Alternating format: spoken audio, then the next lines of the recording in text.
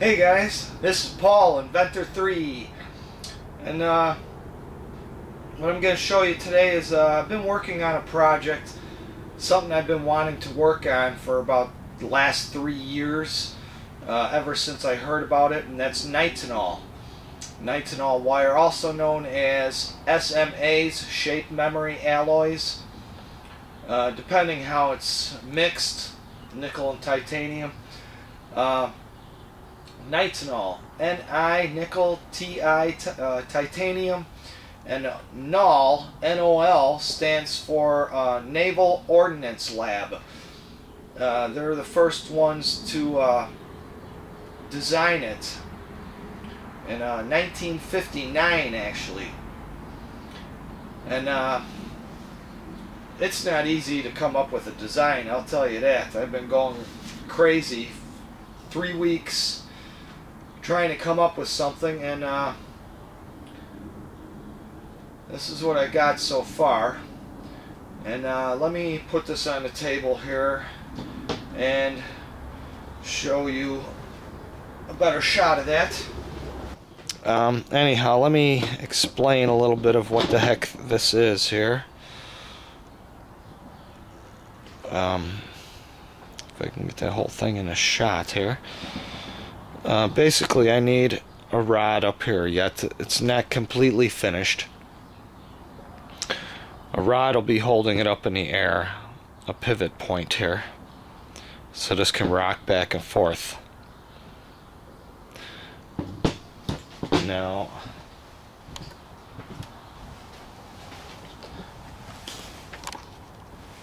as took a while to design this pivot point here too, because we need this to open and close. So we need these points to go up and down and open and close. Let's see if I can get a shot at it. Actually, you could see this rod has a ball on it. And I don't know if you could see the inside there. There's a ball inside too.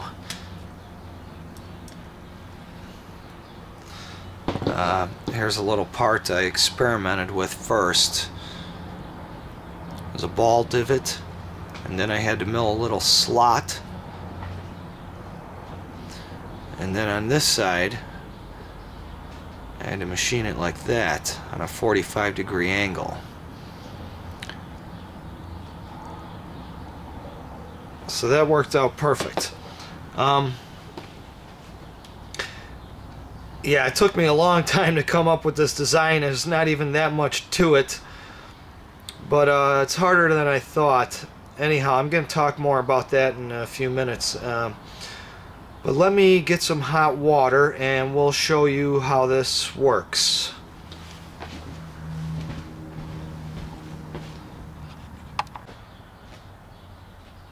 Okay, before I get that hot water, I wanted to say one more thing. What I'm not showing here is, you know, the design's not finished, is a pan of hot water going along the length, or 2 separate pans, one at each end. Now this is just using NiTiNOL springs, so there's only one-way memory programmed into that, and I'll go over that more in a bit. And the other thing I'm not showing here yet is in here I have to have a block or a rod, and that comes up to a cone shaped, so that when this is already, let's turn this around. So it starts out stretched, it's going to move down into the hot water, it will compress, constrict, at the same time stretching this spring out. Now as this is closing and it's dipped down into the hot water like this, it will close onto that cone. that I'll have inside here. So it also will, as it's closing, it's gonna rock up that cone, dipping, spreading the other side out, and simultaneously dipping it down into the water. So okay, with that said, now that I've explained what the heck I'm fully doing there, let me get the hot water and show you this, and we'll see what happens here. I'll be right back. Okay, I'm back, your friendly neighborhood mad scientist. We got our hot water here. Oh yeah, that's hot. Alright. Now, halfway through constructing this, I did foresee a problem. Alright, here's how this works. Whoop.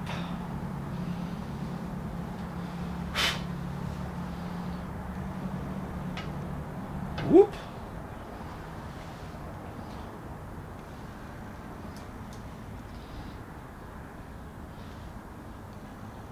Whoop.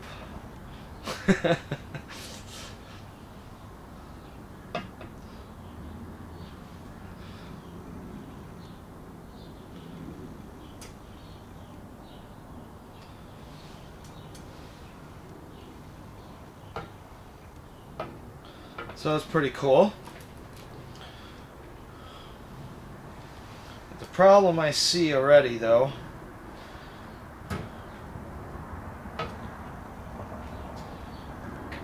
is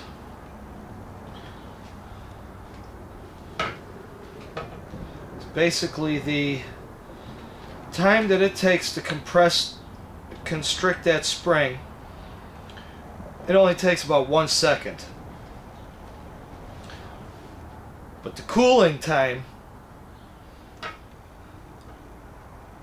might be about, I don't know, 5 or 8 seconds. Plus, this isn't the best connectors on the end here. It's absorbing too much heat, acting like a heat sink. So the problem is, if I have this teetering, tottering back and forth, this one's going to constrict. At the same time, it's going to move up, dipping the bottom one in, and basically it's not going to give the one enough time to cool off as this one heats up. And this side that's constricting will be constantly fighting and battling the other side. So that's that. So I might come up with a whole nother idea now. A whole nother design. Alright, so I'm going to show you some of my sketched ideas that my concepts that I was trying to implement into some design ideas here. It was quite tricky because I didn't know where to even start thinking about this, and I'm gonna give you a tip right now. The first place you should really start in designing it is how you're gonna move that wire in and out of hot and cold water, and whether or not you're gonna use two-way double memory or single memory type wire, or springs or ribbon. And anyhow, there was a simple design. Maybe somebody else can use these concepts to implement into some type of design. This was like a type of a balance thing. When one constricts and dips in hot water, it would off balance it, and this then would drop down. And this can constrict and, you know, teeter-totter back and forth. Another, I kept thinking about maybe we could use gravity somehow to our advantage too. And some of the concepts I came up in that area, it wound up only using gravity as you know, I want to be able to put a generator or some kind of wheel on here to turn a wheel, do some kind of work for us. And if we use some kind of teeter-tottering or some way of using gravity, we don't want to just use gravity. We want to make sure we're using the energy of the wire, constricting and expanding. You know, here's some other thing. This one's constricted, this one's expanded, and it's rocking, you know, lever back and forth. I'll try to go through these real quick. This was the same thing, the bottom of the lever, you know, turning a generator or something here. I see a lot of these on the internet, everybody making a wheel. I'm trying to understand how the heck that's working, if that's just working off gravity or what. The springs on the bottom constrict so the whole wheel goes up, and then gravity pulls it down, and you know what I'm saying, keeps pulling it up, goes down, pulls it up. And is that what's going on with that? Again, that would not, you're only using the energy of the wheel turning. It's very little energy. Hourglass type thing, you know, I thought maybe we could shift the water around instead of the other parts. This is like an old toy, actually. You pull the strings and this in the center spins. So I thought maybe I could use that concept somehow.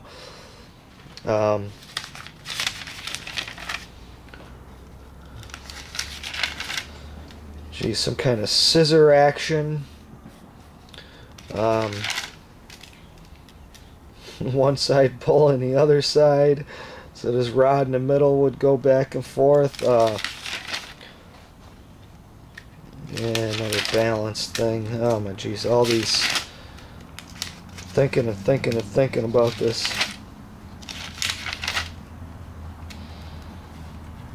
There's one here with a spring connected to a regular wire, and there's a collar and a rod, and as this spring constricts, it would cause this whole thing to rise up in the air, coming up out of the hot water, being able to cool off.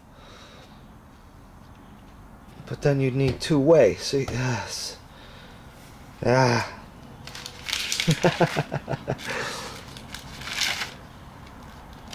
Let's see what else I got here. Look at this, pages and pages. Oh my God. This was an interesting idea. You could just cut that section off. Now this whole container would like be filled up to water up to this line, and here's a spring here. Now this one is stretched out. As it's in the hot water, it would constrict, moving a wall inside of this whole vessel, this whole container. And this wall would come this way, forcing the water to overflow into this section, and then vice versa. You know, this spring would constrict, but that's going to be a lot of the same problem as this. One side's, it takes longer for it to cool down as it does to heat up. Now, I think there's a design out there we can come up with. You know, this NiTiNOL really makes me think that it's possible to, maybe I'm wrong, but you know, it makes me feel like it's possible to get over unity.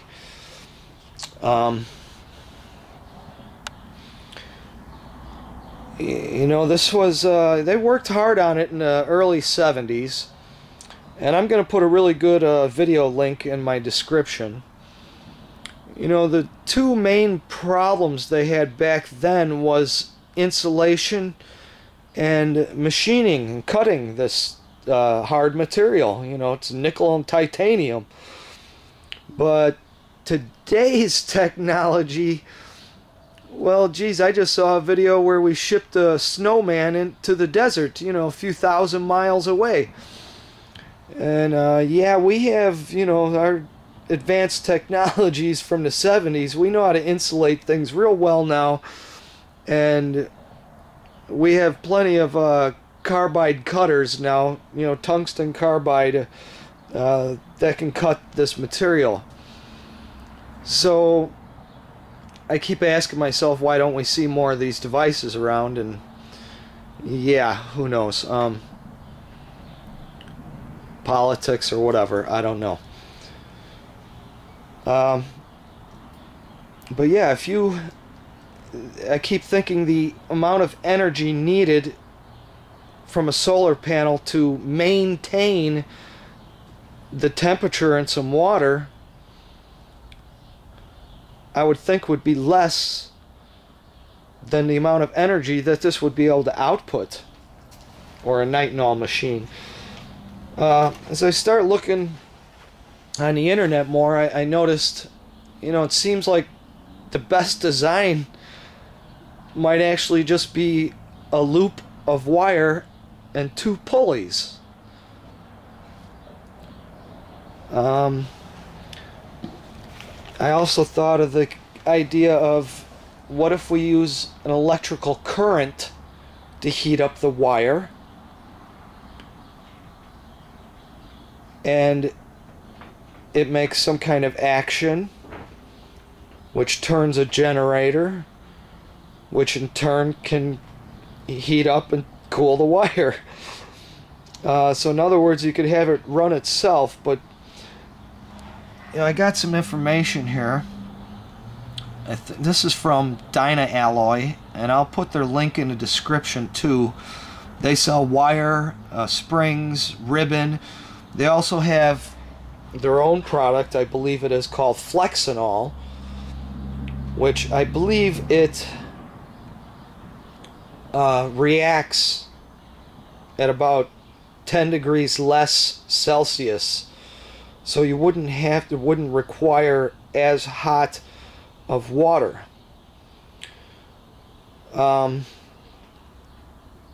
Here's some specs on just like 5 thousandths diameter wire. Look at the amount of current and cooling time and, well, everything here. Look at all these parameters compared to 10 thousandths diameter wire compared to 20 thousandths diameter wire. Talking 4 amps. It's quite a bit of power. So I don't know if I want to take that route. I like the hot water. But now I'm thinking about just building a dang wheel or 2 pulleys with a loop of wire. And that concept is in the video that I'll put in the description. I'm just looking over some old notes here. The other thing is, it really depends on how, what type of device you want to make, what type of wire you use. Now, it can be mixed nickel titanium. It could be mixed 51% to 49%, or 49% to 51%. And that 1% difference makes the difference of whether or not this material will be a shape memory alloy or more of a super elasticity property. So those are a lot of things to take in consideration.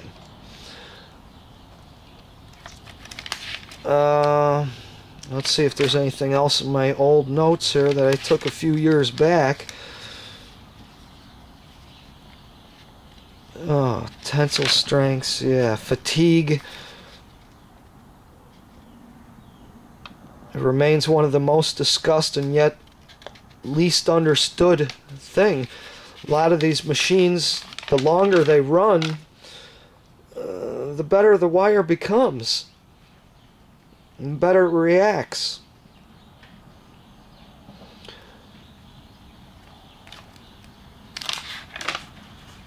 And I think there's a DynaAlloy, Memory Corp. But yeah, there's a couple places on the internet. I'm sure everybody gets these springs. They can get a little expensive. There's also a place called Live Wire. You can get a single wire. The ball came off at this end. They all pop off after a while. This one you can crunch up whatever, crunch it all up, drop it in hot water, and it springs out straight. So, anyhow, okay, I think I've rambled on enough. Just trying to give you guys information here. So if you decide to design something yourself, you got a little bit to go on. Because I've been going through a lot of headaches and thinking about how to do this, and now I'm thinking definitely two-way memory wire. Oh, and what I mean about that is, well, you'll see in the video I put in the description too. See this spring, yeah, you pull it apart by hand, dip it in hot water, it compresses. But if I dip it in cold water, it doesn't expand back out. So this is only one-way memory. It's a lot easier to come up with a design, and I think would be more efficient, is design using two-way memory. Hot and cold, hot and cold. So, yeah, guys, I'm kind of excited about this. I hope I get some other people interested and they start building some things. There's not really that much out there that people have done with this yet. And it's just surprising. So, hope it inspires you guys, and we'll talk to you again soon. Take care. Bye-bye.